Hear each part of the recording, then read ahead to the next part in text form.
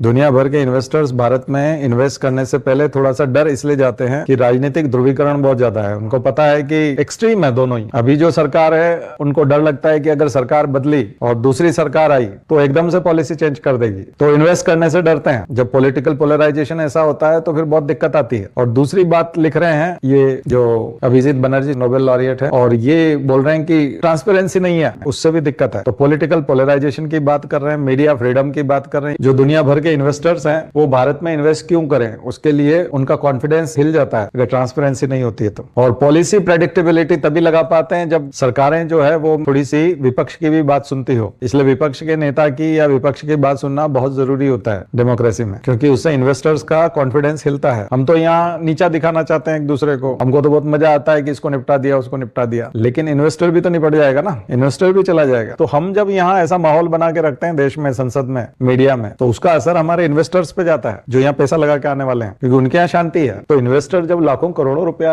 जब इन्वेस्ट करने के लिए आपके यहाँ आ रहा है तो उससे पहले आपके देश का माहौल नहीं देखेगा वो कि देश का माहौल कैसा है। पॉलिसी प्रेडिक्टेबिलिटी लगाएगा, ग्लोबल क्रेडिबिलिटी भी, कि यहाँ क्रेडिबिलिटी देखेगा ना वैश्विक स्तर पर। मजबूरी थोड़ी उसकी पैसा लगाना, इन्वेस्ट करना, पानी में थोड़ी फेंकना है उसको पैसा। ये सारी चीजें बहुत जरूरी है। सो कोर इकोनॉमिक कंसर्न ये है कि headline growth, GDP growth is not sufficient for investor trust. Investors के ट्रस्ट के लिए हेडलाइन जीडीपी ग्रोथ तो आपने मैनिपुलेटेड कर रखी है, उसका तो तमाशा मचा रखा है। हेडलाइन जीडीपी ग्रोथ से कुछ नहीं होता, वो बकवास है कि हमारी जीडीपी इस तरह से ग्रोथ कर रही है। इन्वेस्टर का ट्रस्ट आपको हासिल करना है तो वाकई में माहौल बना के बताना पड़ेगा। इन्वेस्टर्स प्रायोरिटीज क्या होती है? Reliable data. अब देश के सारे अखबार लिख रहे हैं कि आपने डेटा के साथ मैनिपुलेशन कर लिया है। अब क्या हुआ, दुनिया भर के में तो मैसेज चला गया ना कि आपका डेटा रिलायबल नहीं है। तो रिलायबल डेटा होना चाहिए, स्टेबल पॉलिसी रिजीम होना चाहिए और इंस्टीट्यूशनल क्रेडिबिलिटी होनी चाहिए। आपके सुप्रीम कोर्ट और उसके जो चीफ जस्टिस और तमाम प्रकार की जो संस्थाएं हैं जैसे इलेक्शन कमीशन है, ये अगर बायस्ड हैं और ये आपके इशारे पे चल, हमारे यहाँ तो पब्लिक इस बात पे जश्न मना लेती है कि मंत्री ने या प्रधानमंत्री ने या पार्टी ने सबको अपने मुट्ठी में कर रखा है और किसी को कुछ नहीं करने देते, और हम उसका जश्न मनाते हैं, सेलिब्रेट करते हैं कि जोरदार है। ऐसा ही होना चाहिए। इन्वेस्टर तो भाग जाएगा, उसको मालूम है किसी दिन मैं अगर यहाँ पैसा लगा दूंगा और मुझे कोई दिक्कत आई और मैं इन संस्थाओं के पास न्याय मांगने जाऊंगा तो मेरा क्या होगा? कोई पैसा नहीं लगाएगा। बात समझ में आ रही है? कहाँ नुकसान है इन सब चीजों का? इन सब चीजों का नुकसान ये है कि आपकी प्रगति नहीं होनी है, प्रोग्रेस नहीं होनी। ये सिर्फ डोमेस्टिक सेलिब्रेशन है, ग्लोबल सेलिब्रेशन नहीं होना। ये एक प्रकार की प्रॉब्लम है, विकलांगता है, मानसिक विकलांगता है। अपने ही पांव पे कुल्हाड़ी मारना है, अपनी इकोनॉमी को ध्वस्त करना है, क्योंकि ये गलतफहमी है और ये गलतफहमी